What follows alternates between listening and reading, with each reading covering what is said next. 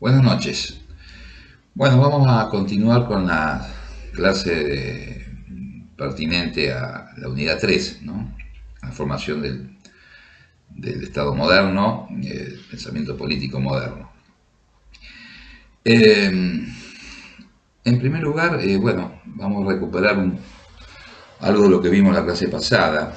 Habíamos dejado en cuanto a algunas características del modelo hobbesiano, modelo naturalista. Creo que habíamos explicado las 4 notas fundamentales del modelo naturalista o modelo hobbesiano. En primer lugar, que es una reconstrucción racional respecto al proceso de formación del Estado, de formación conceptual del Estado. En segundo lugar, que hablamos algo de que es un modelo dicotómico, ¿no? Que opera por contradicciones, por oposiciones entre los dos conceptos organizadores del modelo, el concepto de Estado de naturaleza y el concepto de sociedad civil-Estado. En tercer lugar, habíamos hecho referencia a que es un modelo atomista, o sea que la unidad de análisis, el sustrato, diría yo, a partir del cual se edifica el modelo, es el hombre, es el individuo. El hombre concebido como individuo, por eso hablamos de que es un modelo atomista. Y en cuarto lugar, tiene que ver con, más que nada, el principio consensualista, ¿no? O sea que el modelo, el principio de legitimidad del modelo tiene que ver con el consenso y con una articulación conceptual fundamental en el modelo, que es el contrato. El contrato social sería el principio de legitimidad del modelo, que tiene que ver con este aspecto consensualista del modelo hobbesiano. Pero hoy, más que nada, quería plantear el contenido del modelo y las variaciones que tiene en cada uno de los autores, Hobbes, Locke y Rousseau. Y había realizado la clase en 2 partes. En primer lugar, vamos a ver una introducción que tiene respecto al concepto de Estado, o sea, cómo fue evolucionando el concepto de Estado desde entender al Estado como estatus en la Baja Edad Media y en los primeros tiempos del Renacimiento, y cómo marchó ese concepto, cómo se transformó esa idea del Estado como estatus, o sea, como condición del gobernante o situación del gobierno o del reino o del gobernante.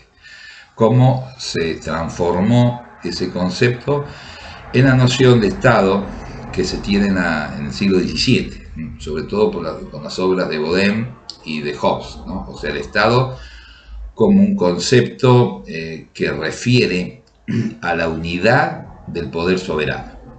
O sea, el Estado es el lugar de la soberanía. La soberanía está indisociablemente unida al Estado. Es un atributo del Estado. ¿Cómo pasó a ser la soberanía de ser un atributo del gobernante a ser un atributo del Estado? Y con respecto a este tema, Skinner plantea que en realidad en el siglo XVII se logró un concepto de Estado con estas características, ¿no? Un concepto independiente de Estado, habla de él, o sea, un concepto emancipado de Estado.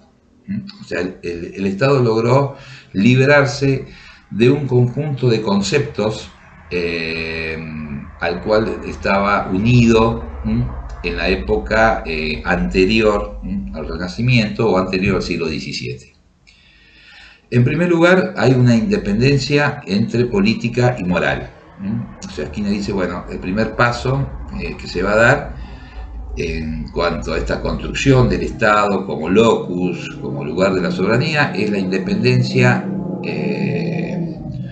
o la emancipación entre lo político y lo moral. Bueno, Esto hemos hablado ya en clase pasada, que se lo debemos, este tipo de autonomía se lo debemos a Maquiavelo a principios del siglo XVI, ¿no? Donde el orden político se va a diferenciar y se va a independizar del orden moral y del orden religioso.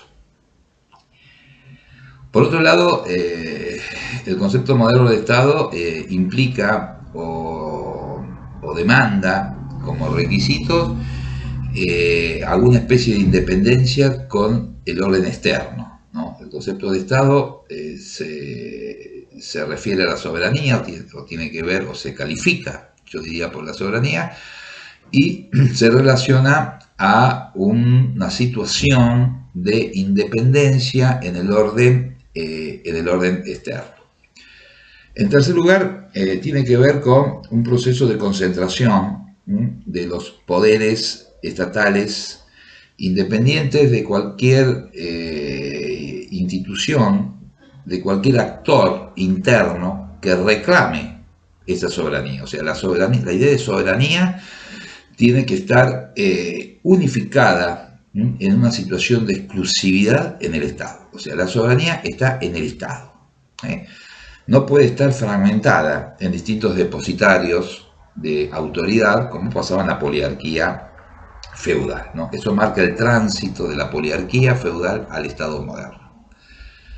En cuarto lugar, la idea de Estado presupone que se considera la sociedad política con fines distintos a la sociedad religiosa, o sea, una emancipación de la teología, ¿no? O sea, la política se independiza de la religión, se independiza de la teología. Y para esto tenemos en el siglo XVI un proceso cualificado, diría yo, determinado por dos grandes movimientos. En primer lugar, el Renacimiento, de lo cual Maquiavelo fue un representante del pensamiento renacentista italiano, y por otro lado la Reforma, que permite, digamos, ese quiebre entre el orden medieval teológico y el orden político, en algún sentido, y la consolidación de las monarquías absolutistas, ¿no? No nos olvidemos que en el proceso histórico de consolidación de las monarquías absolutistas, principalmente en Inglaterra en el siglo XVII y en Francia en el siglo XVI, tuvimos las guerras de religión, ¿no? Tuvimos alguna especie de confrontación entre el poder político y el poder religioso, o alguna manifestación sectorial o grupal del tema religioso. O sea, hay una especie de confrontación entre el poder monárquico, de la monarquía absolutista, y el poder religioso. En los dos países tuvimos guerra de religión, tanto en Francia en el siglo XVI y en Inglaterra en el siglo XVII. Bien, pero nos dice Skinner que el proceso de conformación del concepto moderno de Estado tiene que ver fundamentalmente con dos tipos de tradiciones. Una, la tradición republicana, que la podemos enmarcar en el Renacimiento, ¿no? O sea, la tradición republicana la marcamos fuertemente en el Renacimiento, pero sus orígenes históricos se remontan a la época romana, ¿no? O sea, el Renacimiento, ustedes saben que es un movimiento que rescata toda la cultura grecorromana y entra, digamos, en este pensamiento republicano grandes aspectos, grandes componentes teóricos, digamos, de lo que fue la República Romana, con autores que fundamentalmente escribieron en la época de la crisis de la República, ¿no? Cicerón, Salustio, Tito Livio, son autores de retóricos o juristas, en el caso de Cicerón, historiadores, en el caso de Tito Livio, de Salustio, pero que escribieron en la época de la crisis de la República y el tránsito al imperio, fundamentalmente el Principado. Tanto Tito Livio como Cicerón son autores de esa época, digamos, del siglo I a.C., siglo I después de Cristo. Bueno, pero fundamentalmente esta idea republicana, ¿por qué es importante? Bueno, es importante porque permite entender a la política en el marco de una comunidad política y en el marco de un Estado libre. ¿Qué reivindicaban los republicanos? Fundamentalmente tenía tres aspectos su filosofía política, su forma de pensamiento, diría yo. El primer aspecto es que ellos creían que la mejor forma de garantizar la libertad de las ciudades repúblicas, un foco importantísimo del Renacimiento, tiene que ver con el Renacimiento italiano, y con la situación de las ciudades repúblicas desde la Baja Edad Media hasta la primera modernidad, diría yo, ¿no? Estamos hablando de los siglos, fundamentalmente los siglos XIV y XV.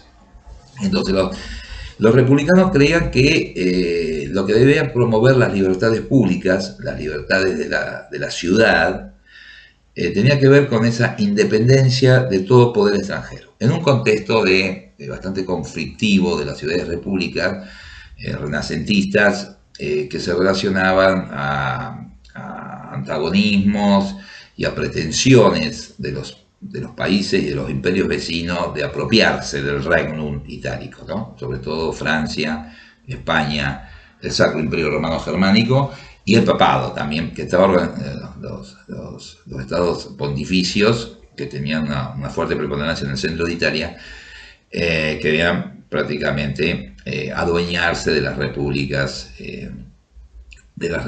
italianas, de las ciudades repúblicas italianas.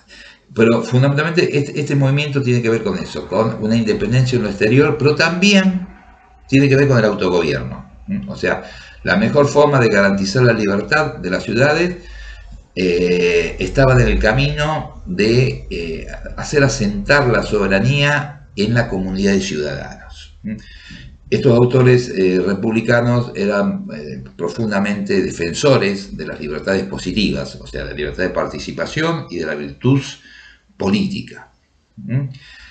Y se oponían a los gobiernos monárquicos. Eran, yo diría, medularmente antimonárquicos. El tercer aspecto del republicanismo se refiere a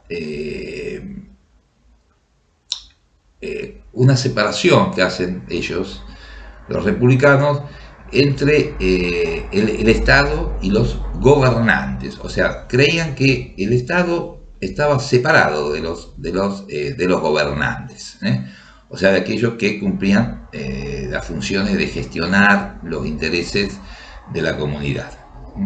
Pero no veían esa diferencia en cuanto a la separación entre el Estado y los gobernados. Si bien separaban al Estado de los gobernantes, no separaban al Estado de los gobernados. O sea, el Estado se identificaba con los gobernados. Y en esa comunidad, Estado-gobernados, es donde residía el poder supremo de la ciudad, el poder supremo de la república. Por otra parte tenemos otra corriente de pensamiento que permitió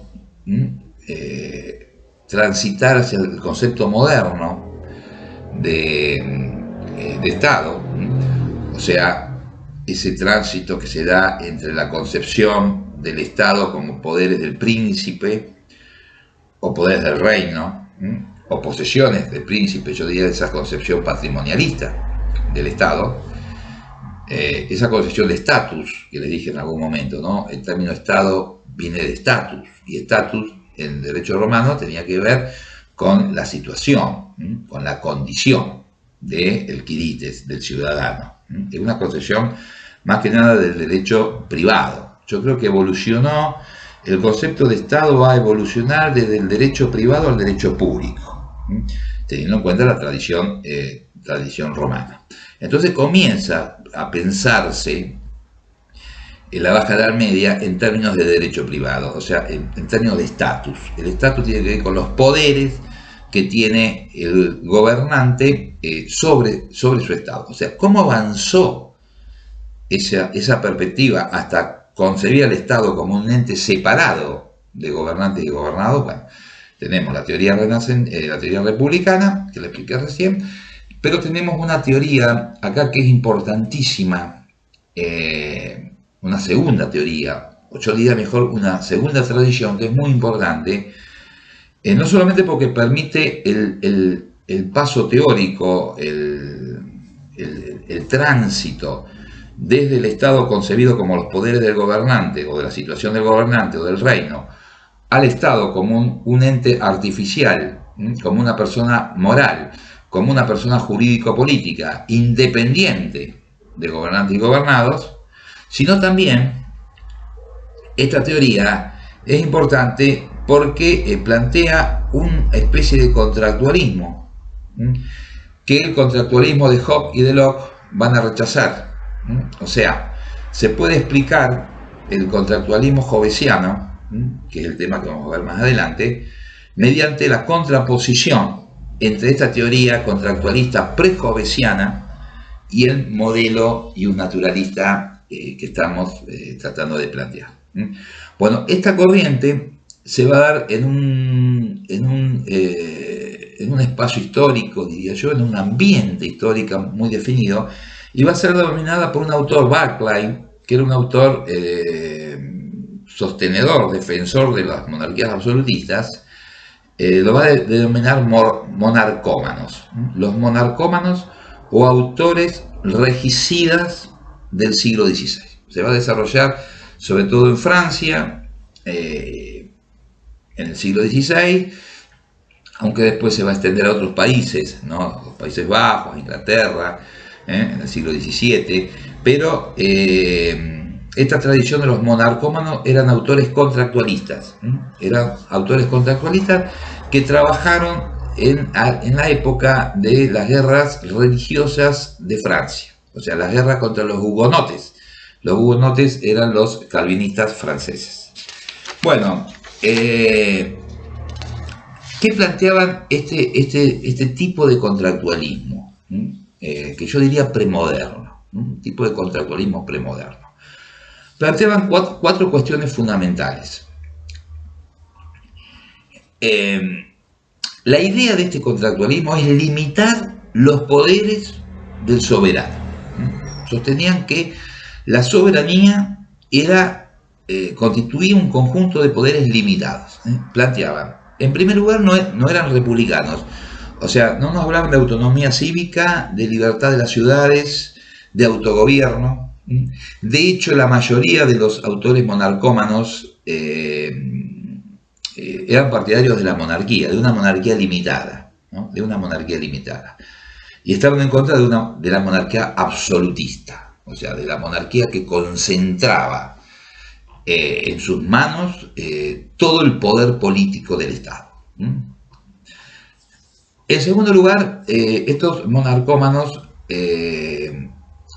pensaron o reflexionaron respecto a una teoría de la soberanía popular. Pensaban que el poder soberano reside en el pueblo, fundamentalmente reside en el pueblo, y que el pueblo es una instancia, es un ámbito, es un espacio reflexivo anterior a los gobiernos. O sea, el pueblo constituye a los gobiernos. El pueblo era concebido como una universitas. Acá rescataban la teoría de las corporaciones, de los poglosadores, de Baldo, de Bartolo, de Bartolo de Sassoferrato. O sea, que es una teoría del derecho romano, ¿no? La teoría de las corporaciones, o sea, cómo funciona una persona que no es una persona natural, o sea, un grupo de sujetos, cómo manifiestan su voluntad. Bueno, mediante la idea de una totalidad, diría yo, de una corporación, de lo que denominaban los romanos de una universitas, que tenía una voluntad unificada. Entonces, en esa universitas residía la soberanía. No residía en el monarca ni en el Estado, sino en la universitas del pueblo, en la reunión de ciudadanos. Y este pueblo, a los efectos de ser gobernado, trasladaba sus derechos de autogobierno, porque originariamente este pueblo estaba en una libertad natural y se autogobernaba, pero por distintas razones traslada su capacidad de gobierno a un monarca. En el caso de ellos, monarca porque defendían la monarquía, las monarquías limitadas, mediante un contrato de sujeción, no un contrato de unión, porque ellos ya estaban unidos en una universitas, o sea, el pueblo ya estaba unificado anteriormente a que surja el gobierno. Y en este contrato de sujeción,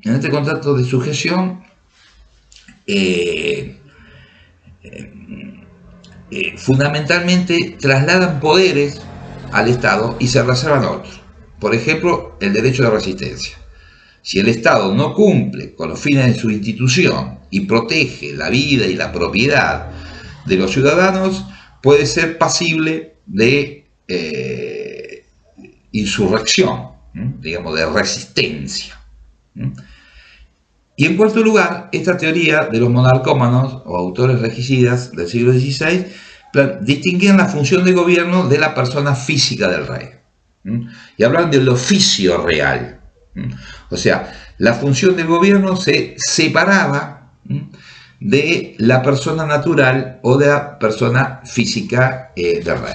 Como los republicanos distinguían por esta razón al Estado del gobierno, pero no distinguían al Estado de los gobernantes, porque el Estado era esa universitas, esa corporación preexistente al gobierno y que le da vida y sentido y existencia, digamos, al gobierno. O sea, como los republicanos, estos autores monarcómanos no distinguían al Estado de los ciudadanos o de los súbditos, en este caso. Sí distinguían al Estado de los gobernantes. Bueno, a raíz de estas cuestiones, de estas dos tradiciones, digamos, del pensamiento político, de la historia del pensamiento político, se puede arribar a la idea de que el Estado es una persona moral, una persona jurídica independiente de gobernantes y gobernados. Para ver nítidamente esta idea, tenemos que llegar a Bodin y a Hobbes. Nosotros vamos a seguir con el modelo hobbesiano para poder, digamos, centralizar, digamos, este concepto de Estado moderno, este concepto no de Estado moderno, este concepto moderno de Estado, que vamos a ver desarrollarse tanto en Francia como en Inglaterra en el siglo XVII.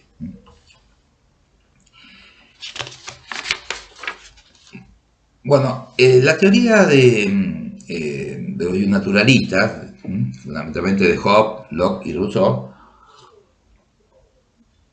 en cuanto a su contenido y variaciones, porque ese sería uno de los temas centrales de esta clase, plantea un movimiento lógico, diría yo, un desarrollo del pensamiento, con un punto de partida, dice Bobbio, que es el estado de naturaleza, un punto de llegada, que es la sociedad civil-estado, y un medio, o sea, un instrumento, un conector de estos dos conceptos, que es el contrato. Ya habíamos visto cuando hablamos de de las características del modelo y del concepto concretamente de modelo, que existían elementos constantes en el modelo y elementos que variaban, ¿no? Bueno, los elementos constantes son estos tres, ¿no? Estado de naturaleza, contrato y sociedad civil-estado. ¿Qué es el estado de naturaleza? Bueno, el estado de naturaleza es la situación o condición prepolítica, a partir de la cual se construye racionalmente el orden político. O sea, que la primera cuestión que tenemos que ver, que el razonamiento o el encadenamiento lógico que nos van a permitir llegar a la idea de Estado, tiene que ver con un tránsito desde una esfera no política, constituida por estado de naturaleza, a una esfera política, que sería la sociedad civil-Estado. Ahora bien, el concepto de estado de naturaleza es distinto prácticamente tanto en Hobbes como en Locke, y tiene distintas problemáticas. La primera problemática, si es un hecho histórico o no. La segunda problemática, ¿cuál es la situación de los hombres en ese estado de naturaleza? Si es una situación de paz o de guerra. Y la tercera problemática tiene que ver a la relación entre los hombres. O sea, si los hombres en el estado de naturaleza están viviendo o viven o vivieron una situación de aislamiento o si hay una situación de socialidad. Si el hombre, el modelo antropológico de hombre que toma el estado de naturaleza tiene que ver con un hombre aislado o con un hombre asociado. Hobbes planteaba, bueno, en cuanto a si es un hecho histórico, bueno, casi los tres autores, con algunos matices, plantean que es una hipótesis de la razón, ¿no? O sea, el estado de naturaleza, en realidad, también en Rousseau, o sea, es un razonamiento que hace en el discurso sobre el origen y fundamentos de la desigualdad entre los hombres, que donde más habla Rousseau sobre el estado de naturaleza. En realidad, él plantea que el estado de naturaleza es un razonamiento de él, no es un hecho histórico.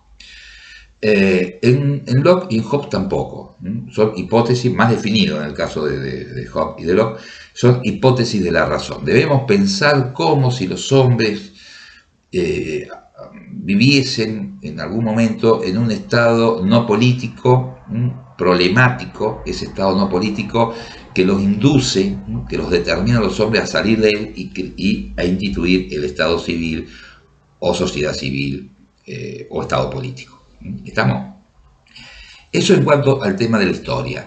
En cuanto a la condición de paz o guerra, en Hobbes no hay ninguna duda que estamos en un estado de guerra. Es un estado potencial de guerra.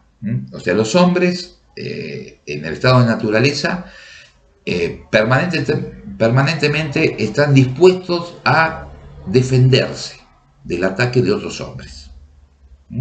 Están en un estado de guerra, en un estado de potencial de guerra. Y define Hobbes que este estado es la disposición de los hombres.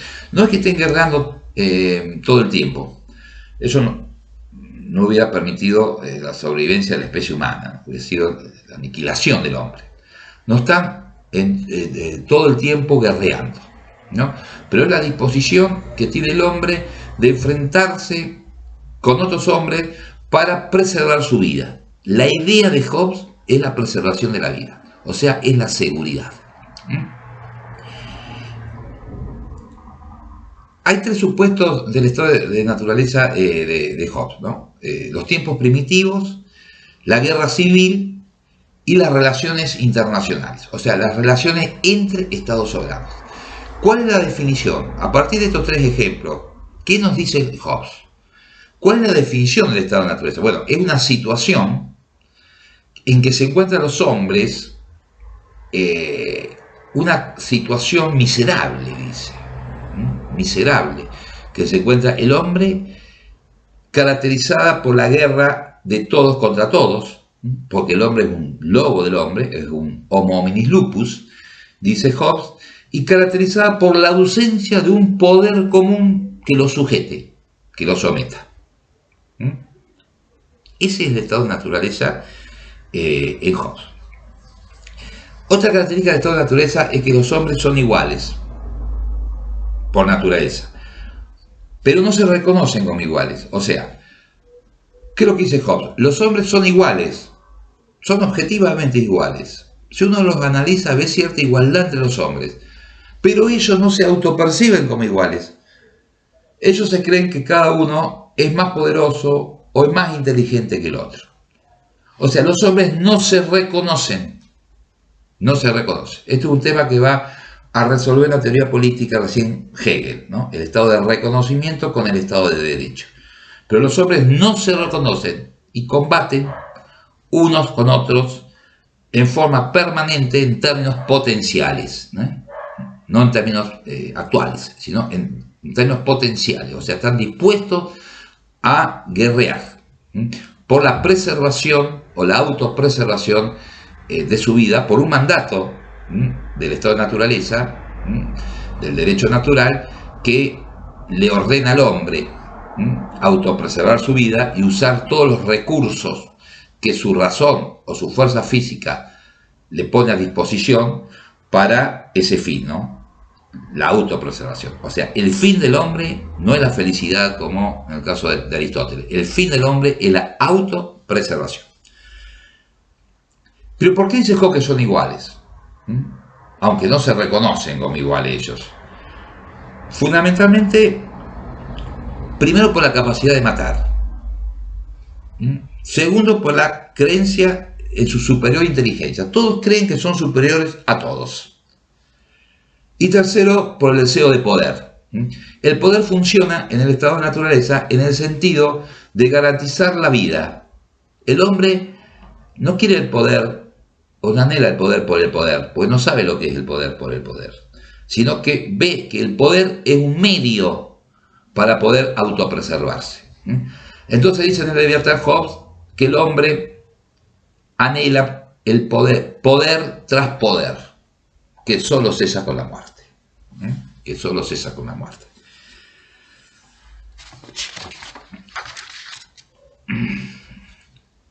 ¿Cuáles son las causas de la discordia, fundamentalmente en Hobbes? Bueno, tres son.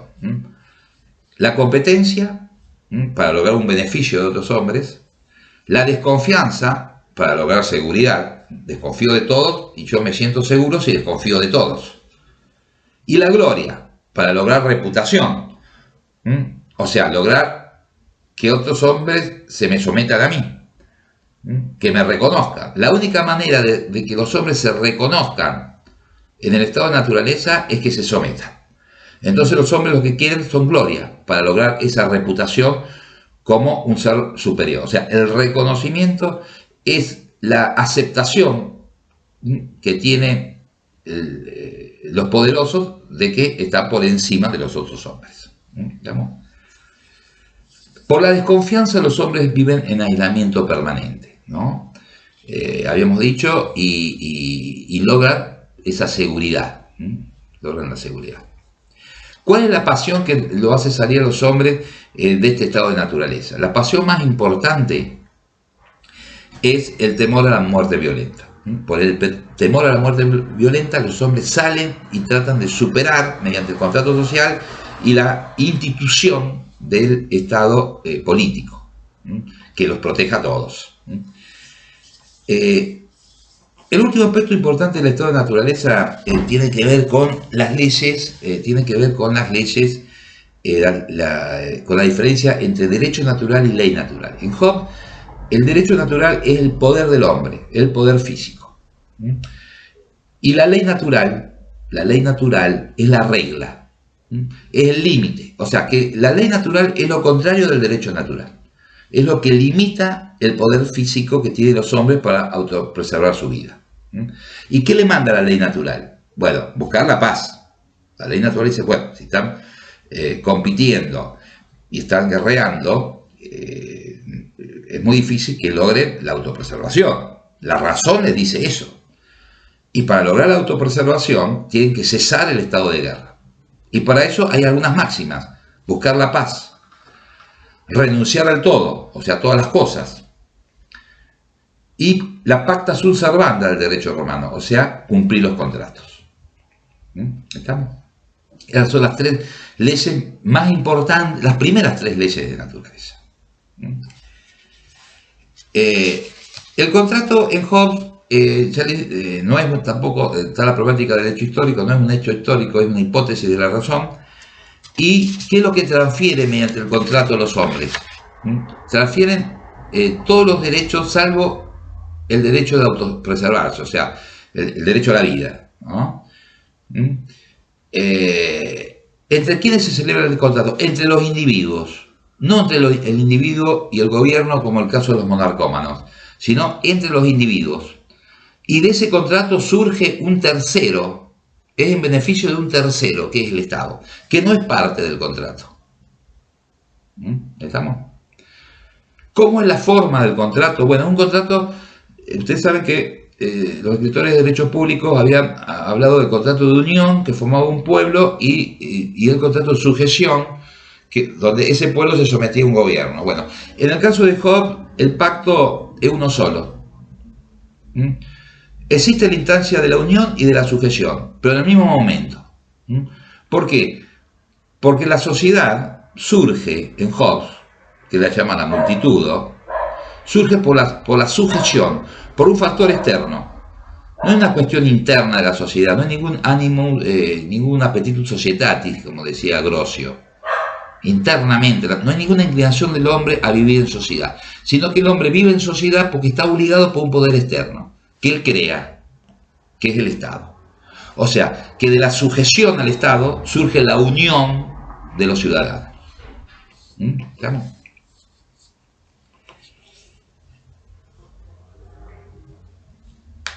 La sociedad civil en Hobbes. La sociedad civil en Hobbes tiene que ver con tres problemáticas que en realidad en los tres autores, ¿no? Serían las problemáticas de la sociedad civil, en los tres autores. Si el poder soberano es absoluto o limitado, si el poder soberano es divisible o indivisible, y si el poder soberano es resistible o irresistible. En realidad la problemática más importante es si es absoluto o limitado, porque las otras problemáticas se derivan por consecuencia lógica de lo que definamos en la primera. Para Hobbes el poder soberano es absoluto,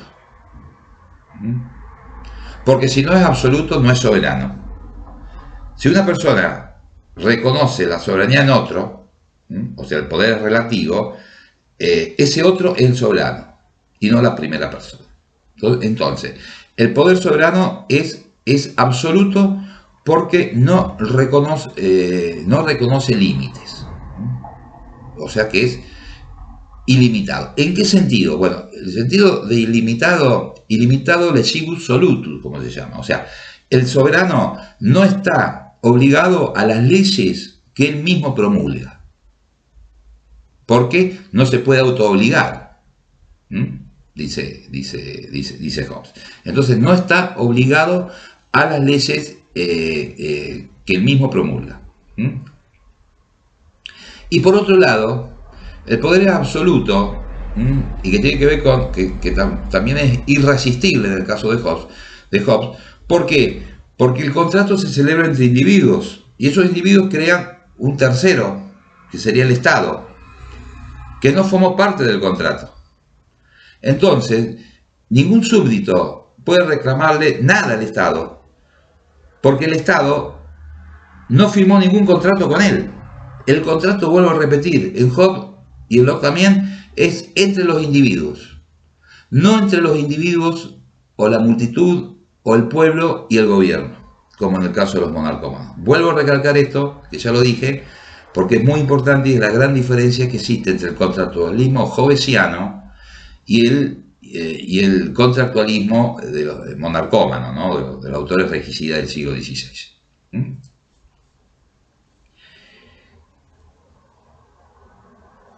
Por otro lado, tampoco los individuos pueden reclamarle nada al Estado más allá que proteja su vida, por la teoría de de la persona jurídica, o sea, por la teoría de la representación. Ustedes saben que el Estado en Hobbes es un artificio. No es un orden político natural como en el caso de Aristóteles, sino que es artificial. Es un artefacto. Es una creación de la razón humana, o sea, una creación del contrato social. Por ende, es una persona distinta a los miembros que la componen. Y cada miembro en el contrato social decidió cesar la guerra y renunciar a sus poderes hacia el todo, digamos, a condición que los otros hagan lo mismo,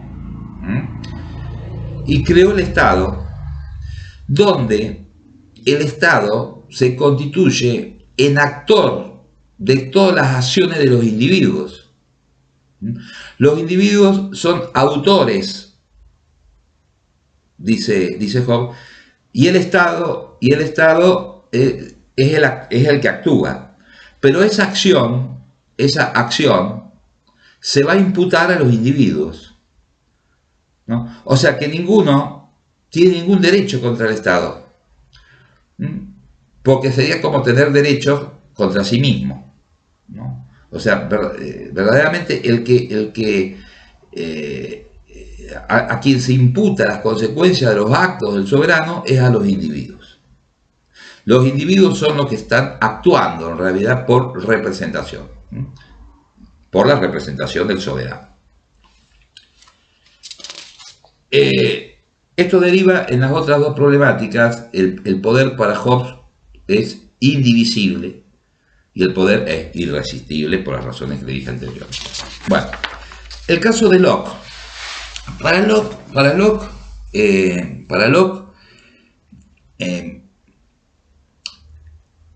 Locke también plantea, en cuanto al estado de naturaleza, que el estado es una hipótesis de la razón, y plantea algunos supuestos más o menos parecidos al de Hobbes, ¿no? Cuando los hombres se pueden encontrar en este estado de naturaleza, relación entre los estados soberanos, igual que Hobbes, hombres no hay islas desiertas, ahí está el estado de naturaleza, dice Locke, y soberano de un estado respecto a un extranjero.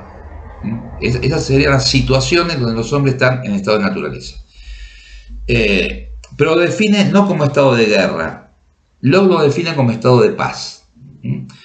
Es una situación de libertad e igualdad que posee el hombre para ordenar su vida y sus actos y disponer de sus propiedades, de su persona y de sus derechos, de su libertad, seguridad y propiedades.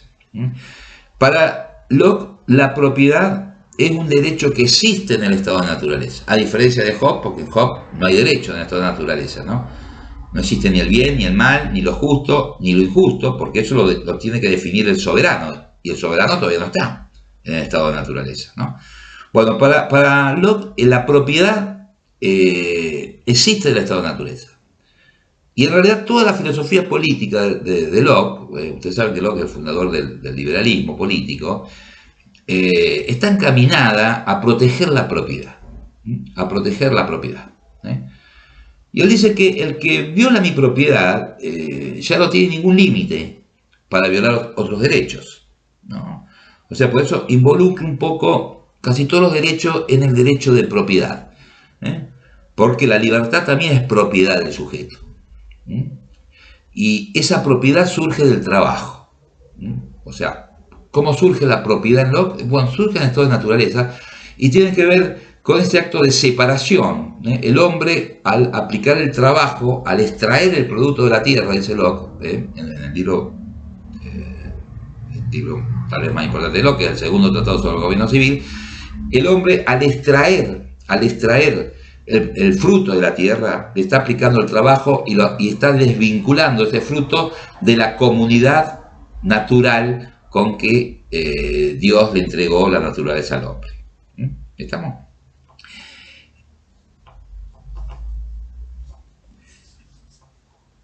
En este estado de naturaleza, dice Locke, existe una ley natural por la que se gobiernan los hombres y que obliga a todos por igual. O sea que los hombres son libres e iguales Son libres iguales en este estado de naturaleza. Esta ley coincide con la razón humana, y manda a los hombres a no dañar a otros en su vida, libertad y posesiones. Para que se observe la ley natural, cada hombre tiene el poder de autoejecutar. Y acá va lo importante. O sea, todos los hombres tienen el poder de ser autoejecutores, autoejecutores de la ley natural frente a un daño que realice otro hombre, en mi persona o en la persona de otro hombre, de otro sujeto. ¿Estamos? Entonces los hombres son autoejecutores de la ley natural. Pero este poder, y esto es importante por las consecuencias que va a tener en la tercera parte, sería del Estado, de la sociedad civil o Estado, pero estos poderes no son absolutos, sino que son limitados. ¿Limitados por qué? Limitados porque llegan hasta la reparación del daño o la evitación de otro daño, pero no más allá. O sea, este poder que tienen los hombres de hacerse justicia por mano propia, de autoejecutar la ley natural, llega hasta ahí, tiene ese límite, la reparación o evitar que se vuelva a repetir la acción. O sea, hay un cierto equilibrio. No puede abusar el hombre, mediante este derecho que tiene de autoejecutar la ley natural, no puede hacer uso abusivo del mismo, más allá de la reconstitución del desequilibrio, o mejor dicho, la reconstitución del equilibrio producido por el daño.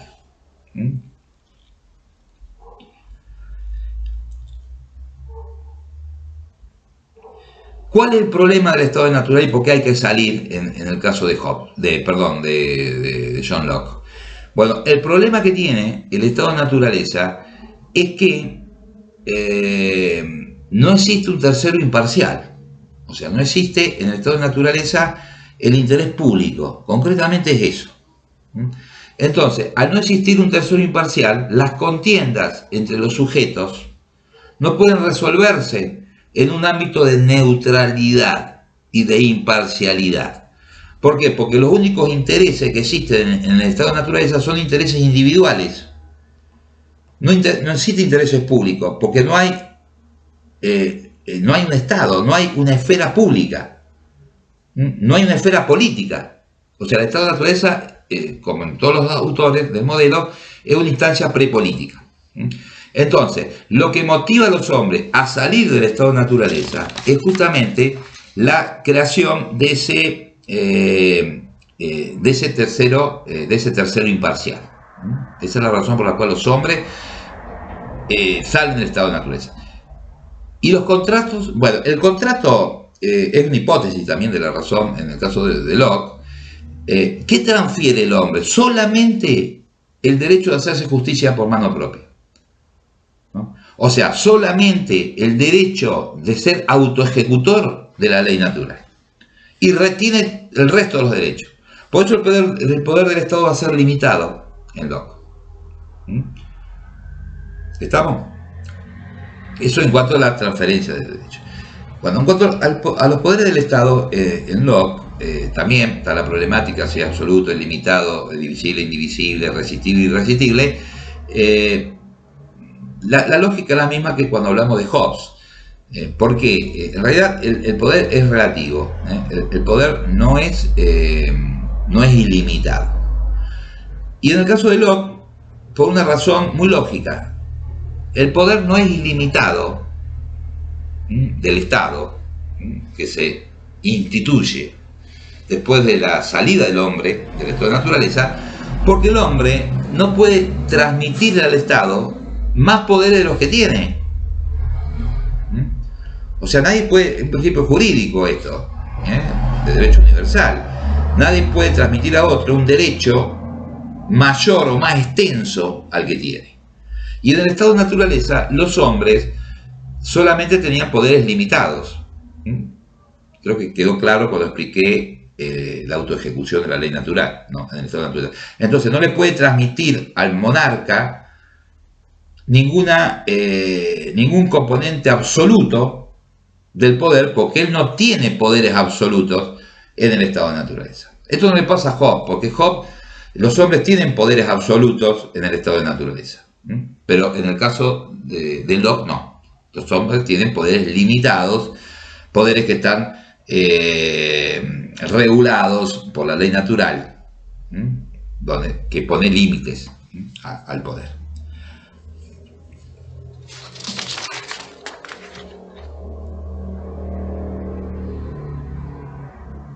Por otro lado, el poder tampoco es absoluto, porque el gobernante, el rey, el monarca, debe gobernar mediante leyes fijas y promulgadas, para brindar seguridad a los súbditos y saber a qué atenerse, ¿no? O sea, cómo adecuar su conducta a la ley.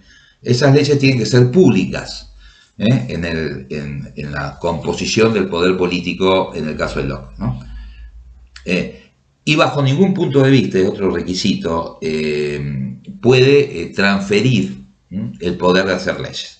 Porque en realidad el máximo poder, esto lo plantean casi todos los autores, es el poder de hacer leyes. Estamos ante en la modernidad estamos ante una centralidad del poder legislativo. Y ese poder legislativo es un poder que el hombre no tiene en el estado de naturaleza. En el estado de naturaleza tiene solamente el poder ejecutivo, de hacer la autoejecución de la ley natural. Y no tiene poder judicial, obviamente, porque no existe un tercero imparcial, ¿no? ¿Estamos? En resumidas cuentas, para Locke el poder es limitado, es divisible y es resistible. Para el caso de que el poder soberano es resistible, en el caso de que no proteja los derechos y propiedades de los ciudadanos, no se disuelve el Estado, no vuelve al estado de naturaleza el hombre, pero se disuelve el gobierno. Ahí hace una separación entre gobierno y Estado. Locke hace una separación entre gobierno y Estado, que no la hace Hobbes. O sea, se disuelve el gobierno, pero no se disuelve el Estado. No se olviden que el caso de Locke está en una tradición consensual, de forma consensuada, digamos, acordada por Locke, está en la tradición parlamentaria, ¿no? O sea, Locke fue un testigo de la Revolución Gloriosa de 1688 y del tránsito en Inglaterra en el siglo XVII de la monarquía absoluta de los Tudor a la monarquía parlamentaria, o sea, la monarquía limitada. Bien. Por último, vamos a plantear el tema de Rousseau. Minutos, no nos queda mucho para Rousseau, pero bueno, yo en realidad quise separar a Rousseau de todo este esquema del naturalismo de Hobbes y de Locke, porque en realidad Rousseau, en primer lugar, pertenece a otro siglo, que es el siglo XVIII, y escribe en un contexto distinto a Locke y a Hobbes, ¿no? Hobbes y Locke escriben en el contexto del racionalismo del siglo XVII, ¿no? Del formalismo, del racionalismo, del matematicismo, y de hecho sobre todo en el caso de Hobbes, ¿no? Pero Locke sí, es un autor racionalista, por más que desde el punto de vista de la teoría del conocimiento, con Berkeley y Hume, está catalogado como un autor empirista, ¿no? O sea que la experiencia es el origen del conocimiento. Pero en realidad, uno leyendo el segundo tratado del gobierno civil, y el primer tratado también, que se opone a Filmer, es un autor que utiliza la razón como constructora de sus razonamientos. En el caso de Rousseau, vive en el siglo XVIII, el siglo de la Ilustración, y el siglo de la razón iluminada por el progreso. O sea, uno de las premisas básicas del siglo XVIII, del siglo ilustrado, es el progreso. Y no se olviden ustedes que la segunda mitad del siglo XVIII es donde se configura con mayor definición el sistema capitalista, ¿no? Y ese sistema capitalista va a producir ciertas desigualdades sociales entre los actores de una determinada comunidad. Entonces, el tema en Rousseau es la igualdad, es la igualdad. Y una crítica que hace, si bien está en este siglo de la Ilustración, es importante porque hace una crítica profunda al pensamiento ilustrado, ¿no? Una crítica muy profunda al pensamiento ilustrado. Yo más que nada divido, o siempre tengo cierta preferencia para definir los aspectos de la teoría política que converso, digamos, que planteo. Y en Rousseau veo tres ejes fundamentales.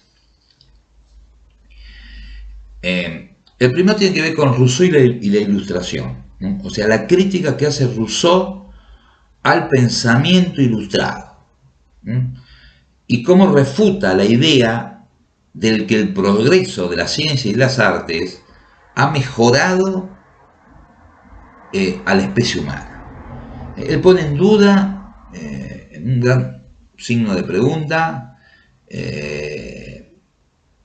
si el progreso de la ciencia y las artes ha hecho mejor a los hombres, sobre todo en uno de los libros de Rousseau, el discurso sobre las artes y la ciencia, ¿no? O sea, plantea esta cuestión, pero también en el contrato social, ¿no? También en el contrato social. Bueno, entonces, son tres, digamos, los aspectos importantes los puntos de vista, las miradas de la teoría rousseauiana, ¿no? En primer lugar, Rousseau y la Ilustración. En segundo lugar, la teoría contractualista, que es la que más nos interesa a nosotros esta noche. Y en tercer lugar, el republicanismo, la teoría republicana. Ustedes saben que Rousseau ha sido calificado, digamos, como un autor republicano, que es una cuestión opinable, pero digamos que por el tema de la soberanía popular, como redefinió la voluntad general, las libertades positivas, la virtud política, o sea, en realidad Rousseau se lo vincula a una especie de republicanismo, ¿no? Y es el fundador, digamos, de la teoría de la democracia clásica, digamos, la democracia que se fundamenta en la soberanía popular, ¿no? La idea de autogobierno, que la soberanía puede ser enajenada, la separación que hace entre soberanía y gobierno, los poderes comisariales del gobierno, o sea, como ejecutores de la voluntad general. O sea, todo eso nos hace pensar que estamos ante un Rousseau republicano. Rousseau y la Ilustración. Bueno, hay algunos temas, hay 4 críticas que yo he centralizado para pensar a Rousseau conectado a la Ilustración. La premisa básica de la Ilustración es que la razón y el progreso es la pauta del desarrollo social. La razón y el progreso es la pauta del desarrollo social.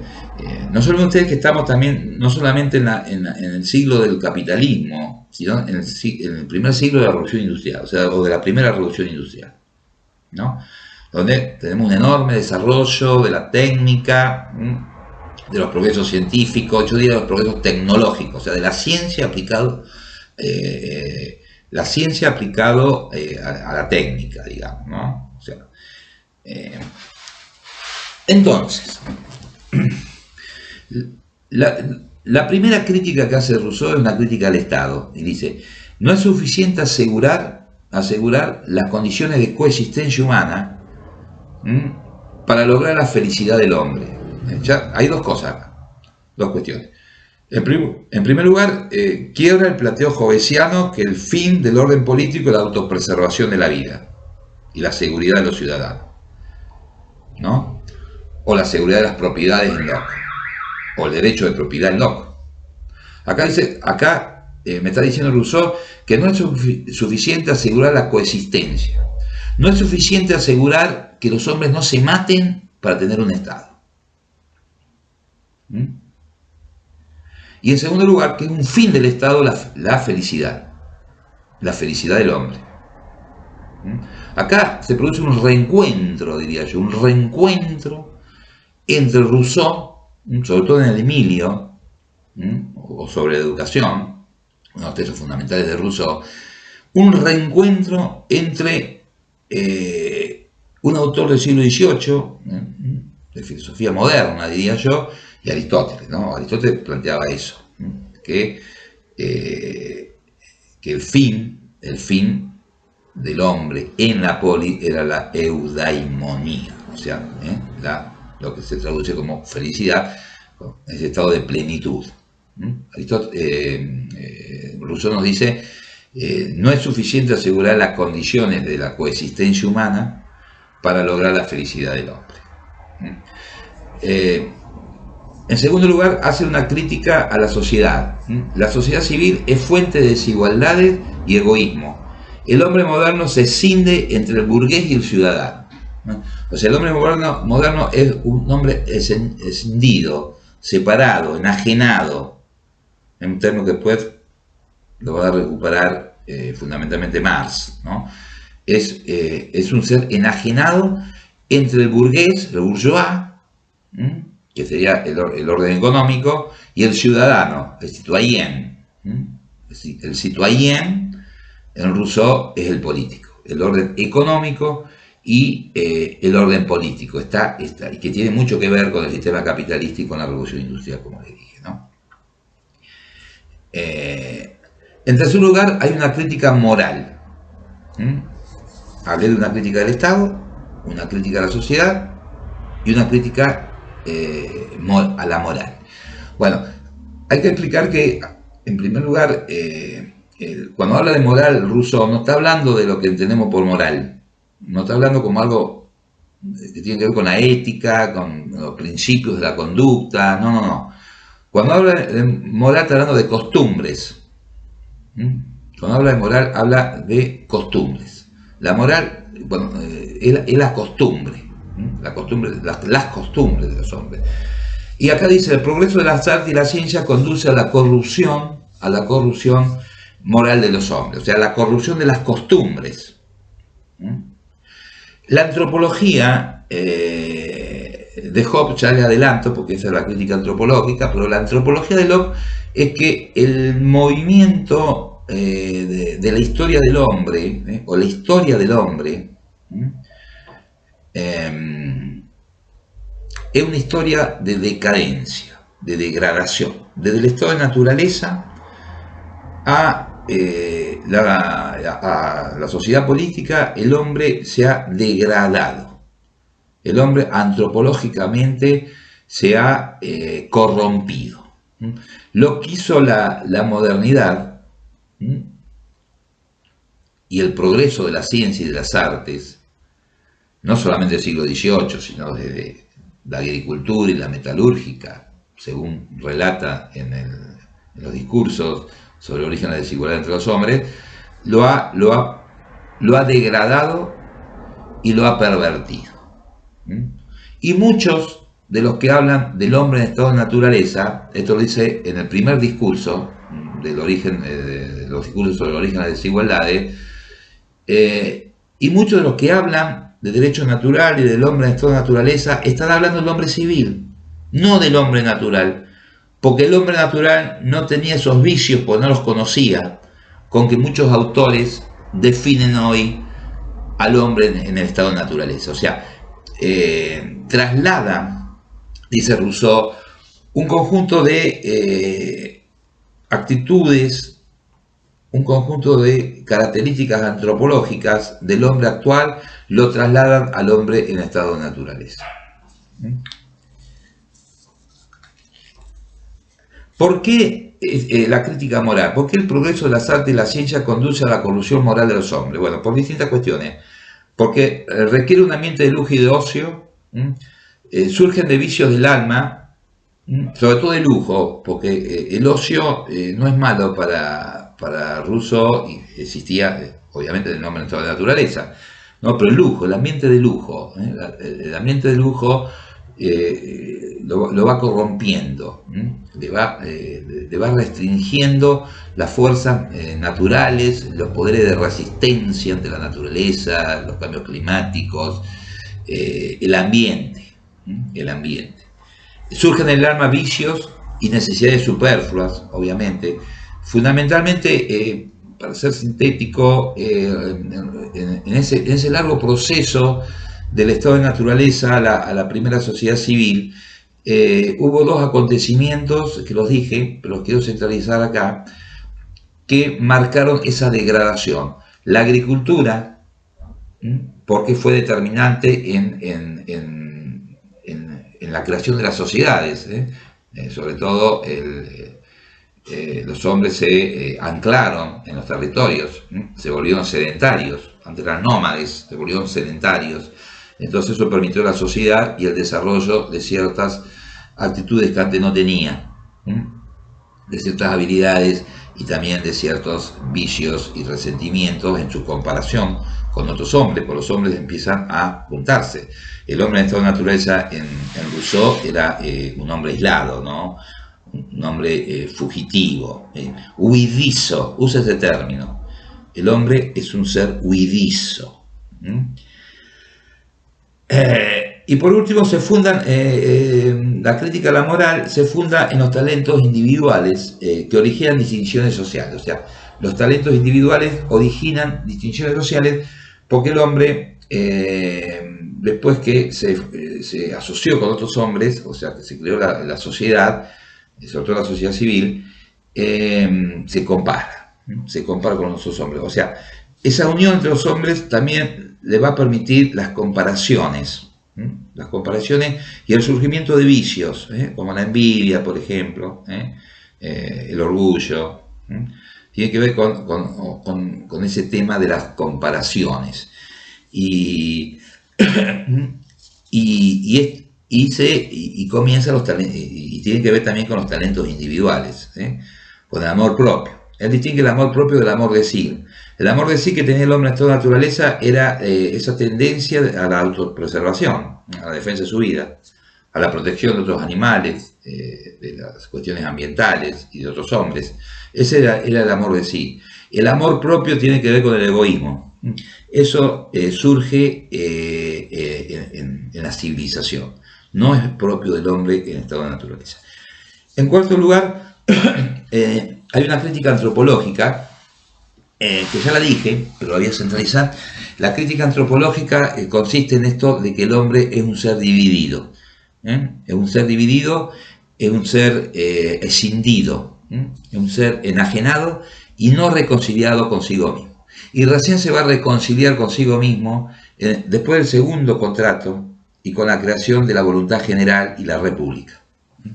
Bien, vayamos ahora a la teoría contractualista. La teoría contractualista, por eso la dejé al margen, en Rousseau replantea la teoría contractualista del siglo XVII. O sea, el contractualismo Rousseau del siglo XVIII es distinto al contractualismo del siglo XVII. O sea, ¿qué quiero decir con esto? Es distinto. ¿A qué contractualismo? Bueno, es distinto al contractualismo de Hobbes y de Locke. En primer lugar, porque hay una modificación de estructura del contrato, de la teoría. Hay una modificación estructural.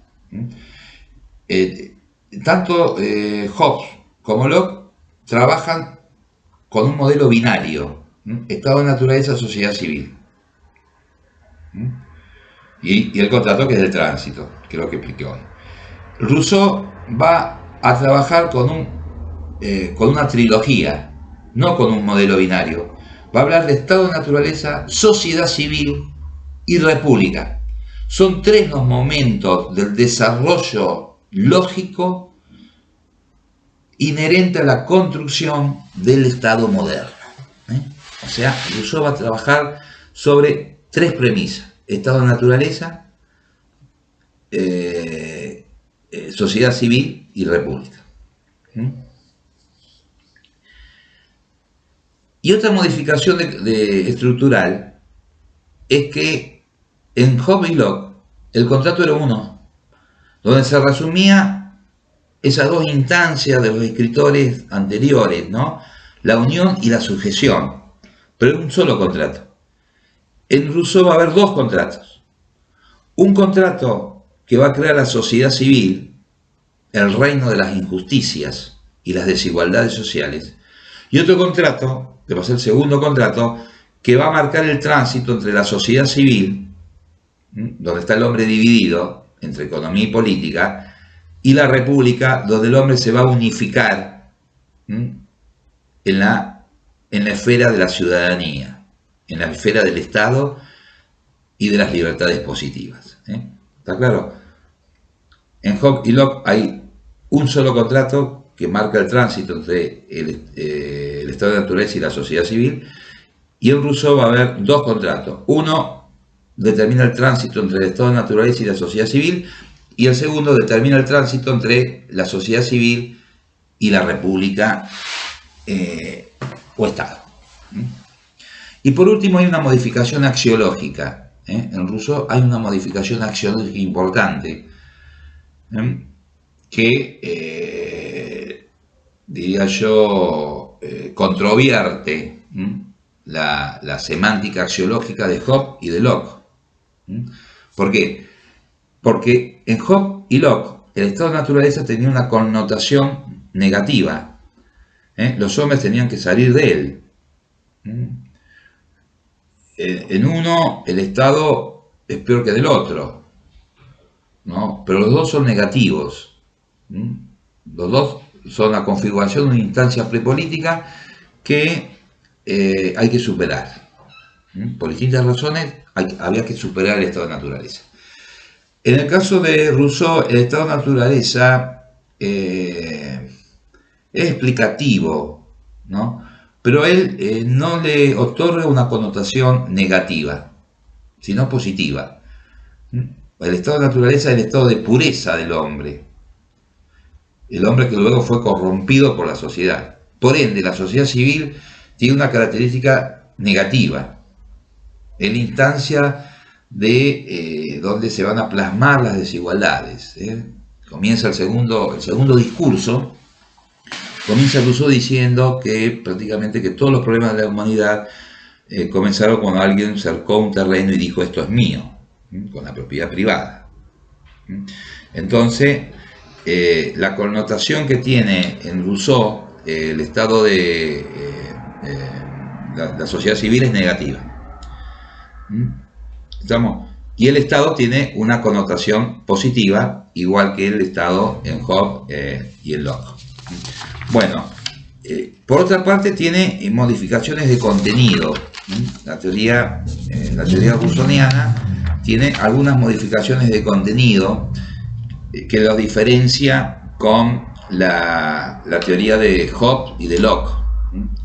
En primer lugar, el contrato social de Rousseau no crea un cuerpo político independiente, o sea, ese tercero emancipado de gobernantes y gobernados,